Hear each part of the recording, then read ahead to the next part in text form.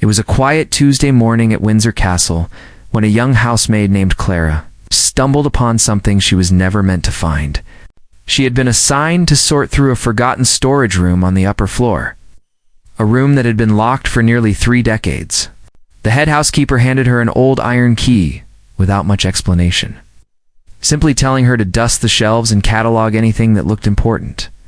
Clara had done this kind of work 100 times before. She expected old curtains, dusty furniture, maybe some forgotten silverware. She never expected what she actually found. Tucked behind a loose wooden panel at the back of a mahogany wardrobe, wrapped carefully in faded blue velvet, was a small leather-bound journal. The cover was worn soft with age, the edges slightly curled, and the initials DFS were pressed into the leather in gold lettering. Clara stood very still for a long moment. She had worked in the royal household long enough to know those initials. Diana Frances Spencer. The journal belonged to Princess Diana. Her hands trembled as she held it. She did not open it. Something deep inside her told her that whatever was written inside those pages was not meant for her eyes. She carefully rewrapped it in the blue velvet, placed it exactly where she had found it, and walked straight to the head housekeeper's office. Within the hour, the information had traveled up the chain of command quietly and carefully. It's the way all serious matters in royal households do. By evening, a senior royal aide had been informed. By the next morning, King Charles III himself had been told that a journal written in his late former wife's hand had been discovered. The news moved through the private corridors of the palace like a slow wave. Nobody spoke about it openly. Nobody was quite sure what to feel. Diana had been gone for nearly 27 years, yet her presence had never truly left. Her photographs still lined the walls of public buildings across Britain. Her sons still carried the weight of her memory in their eyes. And now, here was something she had actually touched, something she had written in private, in secret, in her own hand. A piece of Diana that nobody had known existed. King Charles was sitting in his private study when the aide brought him the journal in person. The room was calm and familiar. Shelves of books, soft lamplight, the quiet ticking of an antique clock. The aide placed the velvet-wrapped journal gently on the desk and gave a small nod before leaving the room without a word. Charles sat alone, staring at it for a very long time. He did not reach for it immediately. He simply sat with the strange, heavy feeling of holding a moment that could not be undone. Whatever was inside that journal, once he read it, he could never unread it. Diana had written those words in secret for a reason. She had hidden them away for a reason. He thought about the years. The long, difficult, complicated years. The marriage that had begun with such hope and public celebration and had slowly fractured under the weight of duty, expectation, loneliness, and misunderstanding. He thought about the arguments he wished he could take back.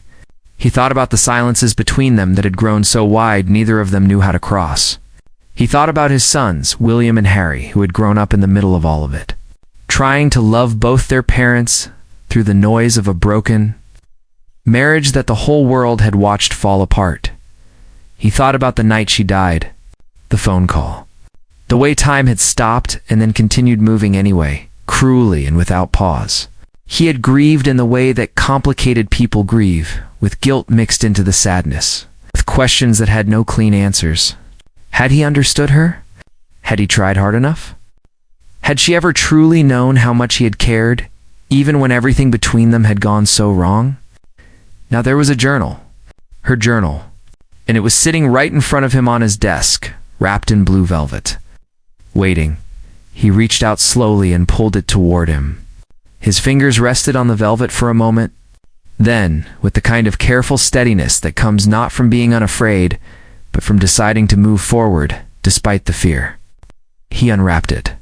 The leather cover was soft and worn. The gold initials caught the lamplight. He opened it to the first page, and there, in Diana's handwriting, looping and warm and unmistakably hers, were the first words. She had written, he read her name at the top of the page. Just her name, written by her own hand. And before he had even reached a single sentence of the actual writing, his eyes filled with tears. Diana had started writing in the journal sometime in the late 1980s, during one of the loneliest periods of her life. The entries began almost casually, like someone testing whether it was safe to speak. She wrote about small things first, the color of the morning sky from her window, a conversation with one of her staff that made her laugh, the way her boys smelled after bath time when they were small. Her handwriting in those early pages was light and easy, as if she was simply talking to herself, finding a place where no cameras could follow and no reporters could listen. But as the pages turned, something shifted. The entries grew longer and deeper. Diana had a way of writing the way she spoke, direct, warm, sometimes heartbreakingly honest. She did not hide behind careful language or formal phrases. She wrote like a woman who had been holding things inside for too long and had finally found a safe room to let them out. Charles read slowly. He did not rush. Every sentence felt like something fragile that needed to be handled with care. She wrote about the loneliness of being inside the palace. While the whole world believed she was living a fairy tale, she described sitting at grand dinner tables surrounded by people and feeling completely invisible. Like a beautiful piece of furniture everyone admired but nobody actually spoke to. She wrote about how she had tried in the beginning to fit into the structure of royal life, how she had studied it and worked at it and genuinely wanted to get it right. She had wanted to be what everyone needed her to be. She had tried so very hard. She wrote about Charles, too. And here, Charles had to pause and breathe. He had braced himself for anger. He had expected to find accusations, blame, the kind of sharp words that come from a marriage that has broken badly. But what he found instead was something far more complicated and far more painful than simple anger. Diana had written about him with a kind of sad tenderness that broke something open in his chest. She wrote about the early days, moments he had forgotten or buried under the weight of everything that came after. She remembered a walk they had taken at Balmoral before they were engaged. When the light was golden and the air smelled of heather and he had made her laugh so hard she had to stop walking, she had kept that memory. She had written it down so she would not lose it. She wrote about how she had wanted him to truly see her. Not the princess the world was falling in love with, but the real girl underneath, the nervous, funny, sometimes an insecure young woman who had walked into his world not fully understanding what she was walking into. She had wanted him to reach past the ceremony and the expectation and simply be with her. She had wanted a partner. She had not always known how to ask for that, and she was honest enough in her journal to admit it. She wrote that she had not been perfect. She wrote that she had sometimes pushed hardest at the moments when she needed to be still. She wrote that she had not always known how to receive love, even when it was being offered, because she had grown up learning to expect it to be taken away. Charles read that part 3 times. He sat back in his chair and stared at the ceiling for a long moment, and the clock on the shelf ticked on steadily, indifferent to the weight of what was happening in that quiet room. She had also written about her sons with a love, so fierce and so vivid it was almost difficult to read. She described William's serious little face when he was concentrating.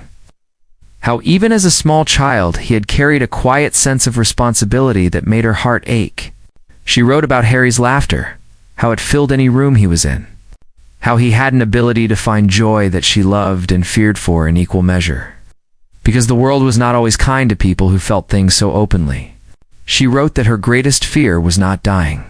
Her greatest fear. The next morning, Charles woke early. He had barely slept. The journal sat on his bedside table where he had placed it before lying down, close. The way you keep something important within reach even when you are not sure what to do with it. He lay still in the gray, pre-dawn light and stared at the ceiling. And for the first time in many years, he did not think about the schedule waiting for him. The briefings, the appearances, the long machinery of duty that filled every day of his life. He thought only about Diana. He thought about who she had been before all the photographs, before the magazine covers and the documentary interviews, and the global grief that came after her death. He tried to remember the first time he had seen her as a real person rather than a symbol. He remembered a moment, a small moment, years before they married, when she had been laughing at something at a garden party. Her head thrown back, completely unguarded. He had noticed her then not as a future wife or a suitable match, but simply as a young woman who laughed with her whole body. He had not thought of that memory in years. Now, it came back to him with a sharpness that surprised him. He called for no meetings that morning. He asked his staff to hold his schedule until afternoon. This was unusual enough that the people around him noticed, but nobody pressed. They understood, quietly, that something significant was happening. Charles went back to his study with a cup of tea he barely touched and opened the journal again from the beginning. He wanted to read it properly this time, slowly and completely. Not with the overwhelmed speed of the night before. What struck him most, reading it again with calmer eyes, was how much Diana had understood and how much she had kept to herself. She had been far more perceptive than people had given her credit for. She had watched and listened and taken quiet note of the world around her. With a sharp intelligence that her warmth and openness often overshadowed, she wrote about the institution of the monarchy with a clear-eyed honesty that was neither cruel nor naive. She could see both its necessity and its cost. And she had written about the tension between those two things with a kind of sad wisdom. She had wanted it to be better. She had believed it could be better. She had simply never been given the tools or the space to help it get there. She had also written, in one entry that made Charles stop completely, about a conversation she had never had.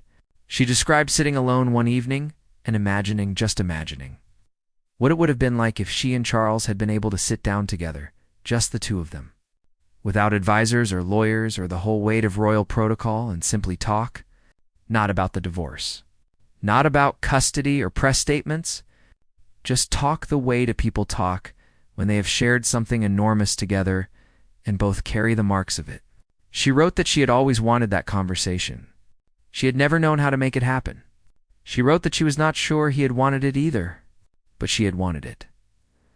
Charles set the journal down and walked to the window.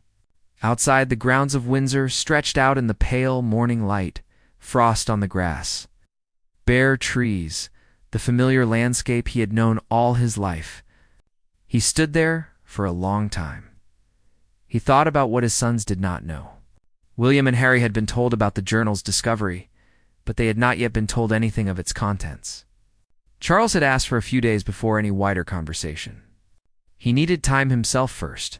He needed to understand what he was holding before he could begin to think about sharing it. But standing at that window, he felt the question pressing on him. The journal was not only his.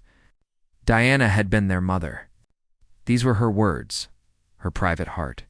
Whatever complicated history existed between Charles and Diana, that history was also the history of two young boys who had grown into men, carrying more than anyone should have to carry. He thought about Harry especially.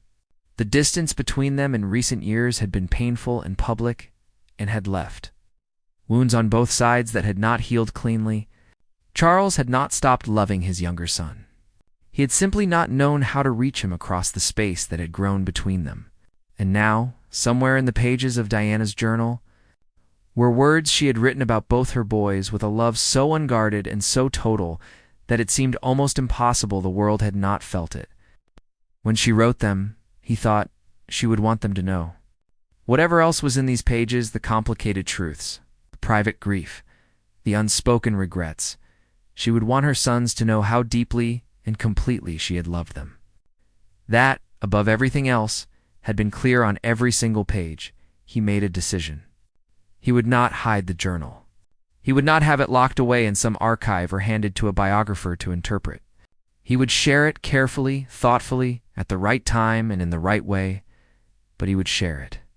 Diana had kept secrets for most of her royal life because she had no other choice. She deserved to finally be heard. He picked up the journal once more.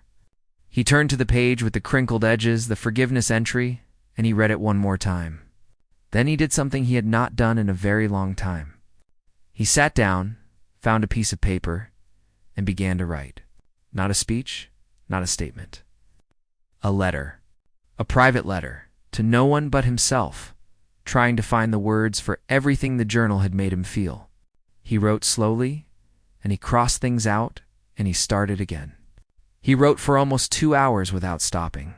When he finally put the pen down, he felt something shift inside him, not resolved, not finished, but somehow lighter, as if something that had been held very tight for a very long time had finally been allowed, just slightly, to breathe.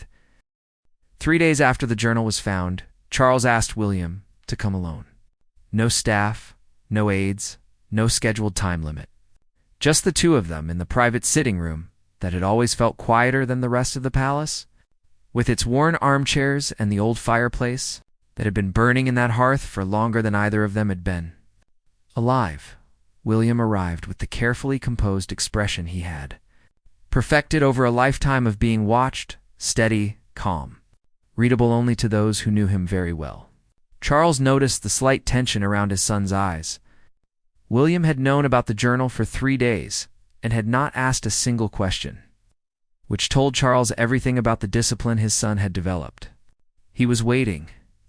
He was doing what the Spencer side of him had never been naturally good at, and what the Windsor side had trained him to do.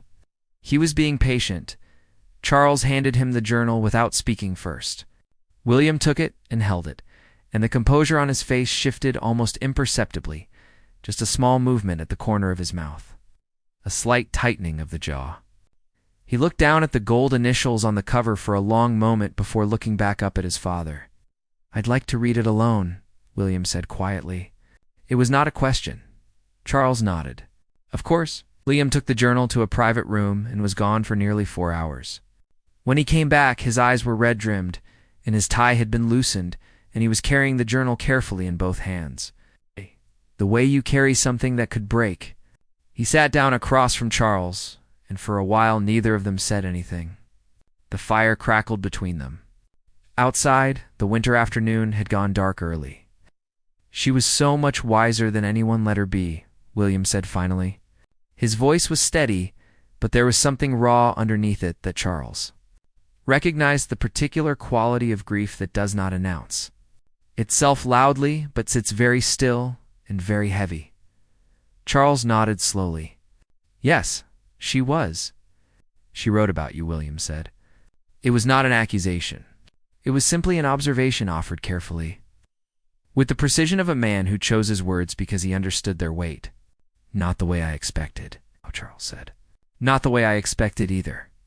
They talked for a long time that evening. It was the most honest conversation they had perhaps ever had, not because the love between them had been absent before, but because Diana's words had opened a door that neither of them had quite known how to find on their own. She had written about the cost of silence, about what happens when people who love each other stop finding ways to say it. And somehow, sitting in that room with her journal between them, the silence that had sometimes stretched between father and son felt smaller and more crossable than it ever had before. William spoke about memories Charles had not known he carried small, specific things from childhood that had stayed with him. He talked about a moment he had not thought about in years, sitting on Diana's lap during a long, boring, official event when he was very small, and how she had whispered funny observations about the proceedings in his ear to make him laugh without letting anyone see. He talked about how she had made the palace feel human, how she had been the warmth that made the formal world they lived in bearable for 2 small boys who had not chosen any of it. Charles listened. He did not defend himself. He did not explain or justify or redirect. He simply listened, the way he had perhaps not listened enough in years past. And when William finished talking, he said quietly that he was sorry.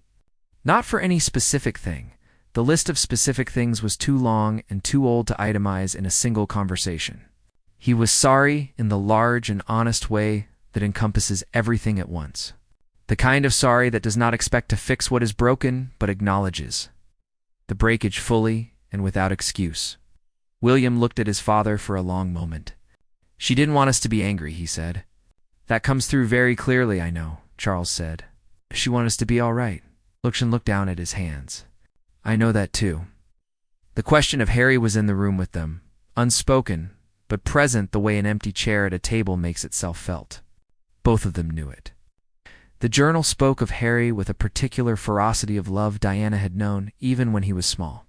That her younger son felt things more openly than the world would always be comfortable with. And she had written about her hope that he would always find people who could hold that openness safely.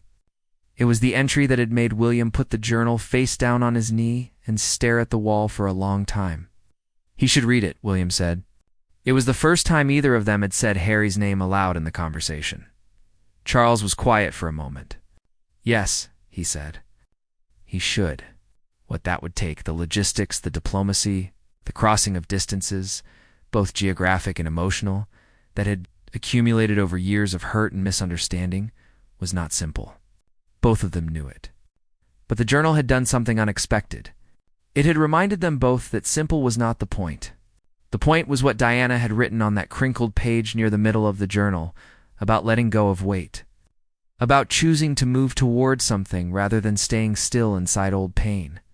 She had been working toward that in the last months of her life.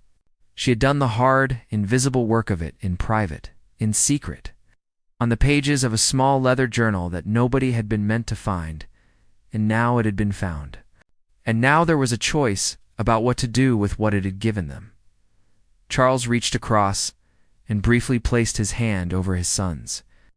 William did not pull away. They sat together in the firelit room with the journal between them, and outside the winter night was quiet and cold and full of the particular kind of stillness that sometimes arrives just before something important begins to change. The message that went to Harry was not an official communication.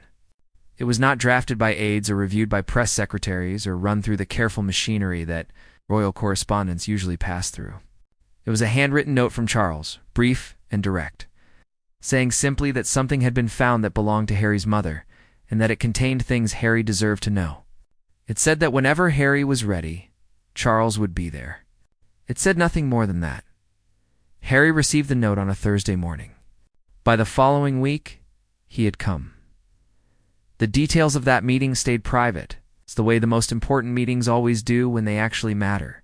What was known, sensed rather than reported, was that something changed. The people who saw Harry arrive and the people who saw him leave described a man who looked different in ways that were difficult to name precisely. Older, perhaps. Or not older exactly, just more settled in something, the way people look when they have put something down that they have been carrying for a very long time.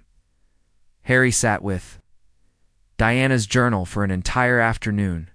He read every word his mother had written. He read the early entries with their light handwriting and small, careful observations. He read the longer, deeper entries where her honesty opened out like a room expanding. He read the pages where she wrote about her boys, and he read them more than once. And the second time was harder than the first, because the first time he had been reading with his mind, and the second time he was reading with something that had no adequate name except the place inside a person where their mother lives. She had written about him with a specificity that undid him completely. She had not written about a symbol or a public figure or a prince. She had written about him, the particular human being she had raised and watched and worried over and loved with a fierceness that had no formal language. She had described his laugh. She had described the way he used to reach for her hand without thinking when he was small, as naturally as breathing. She had described her fear that the world would try to change him and her deep, stubborn hope that it would not succeed. That somewhere underneath whatever the world tried to make him, the real Harry would always find his way back to himself. He sat with that for a long time after he finished reading, when he and Charles finally spoke. It was not the sweeping grand reconciliation that the world might have imagined, or that storytellers might construct for a neater ending. Real repair is never like that. Real repair is slow and imperfect and happens in layers, not all at once. But it began. Something that had been closed began, carefully and with great difficulty, to open. Diana had written about wanting a conversation that never happened between herself and Charles. She had wanted two people who had hurt each other to find a way to sit down and simply be honest. She had not lived to see it, but her words, written in secret and hidden for nearly 3 decades, had found a way to start it anyway. Harry told Charles things he had never said aloud. Charles told Harry things he had carried privately for years. Neither of them said everything. There was too much, and some things would take longer, would need more time and more meetings and the slow, patient work of rebuilding trust that does not happen in a single afternoon. But they said enough. They said the things that mattered most. And when the afternoon was over and the light had changed and the tea on the table had gone entirely cold, something had shifted between them that both of them could feel, even if neither of them had the words for it yet. In the weeks that followed, Charles made one more decision about the journal. He consulted with William and Harry both, and the three of them agreed. Diana's words were too important to be sealed away in an archive. She had spent her life being managed and controlled and shaped by institutions. And she had written that journal in secret precisely because she had needed a place where none of that could reach her. But she had also, in her final entries, written about wanting to let things go, about not wanting to hold her truth so tightly that it became another kind of prison. And so, with great care and deep respect for every word she had written, a small selection of her entries were released, not the private ones, not the ones that belonged only to her family, but the ones where she had written about service, about kindness, about what it meant to walk into a hospital room and hold a stranger's hand and give them the dignity of being truly seen. Those entries moved the world. As Diana herself had always moved the world, people who had grown up watching her on television read her actual words in her actual voice and wept in the same way. Charles had wept on the first night, not from sadness alone, but from the recognition of something completely real. She had been exactly who she appeared to be. The warmth was not performance. The empathy was not strategy. She had meant it every single time. And the journal proved it in her own handwriting, in her own words. In the privacy of a moment when there was no audience, and no camera, and nothing to gain, Clara, the young housemaid who had found the journal, was quietly thanked by the palace. She was not given a public acknowledgement. She had not wanted one. She had simply done her job, and something important had come from it. She said later to a friend that she still thought about that morning sometimes. The way the room had been so still, the way the velvet had been so carefully wrapped, as if Diana had placed it there knowing, somehow, that it would wait, that it would find its way to the people who needed it, that there was no timeline on the things that needed to be said, only the patience to wait until the world was ready to hear them. And perhaps that was the most remarkable thing of all. Not that Diana had kept a secret journal, and not that it had been found, and not even that its words had the power to move a king to tears and begin the slow healing of a broken family. The most remarkable thing was that Diana had known herself. In the privacy of those pages, away from every expectation and every role and every version of herself the world had demanded she perform, she had written with complete honesty about who she was and what she felt and what she hoped for. She had been, in that small leather journal, entirely herself, and it turned out that who she truly was, underneath everything, it's exactly the person the world had always believed her to be. A woman of extraordinary love, a woman who had suffered and forgiven and hoped, a woman who had wanted more than anything, for the people she loved to find their way to each other and be well. She had not lived to see it. But in the end, quietly and from a great distance, she had found a way to help it happen anyway.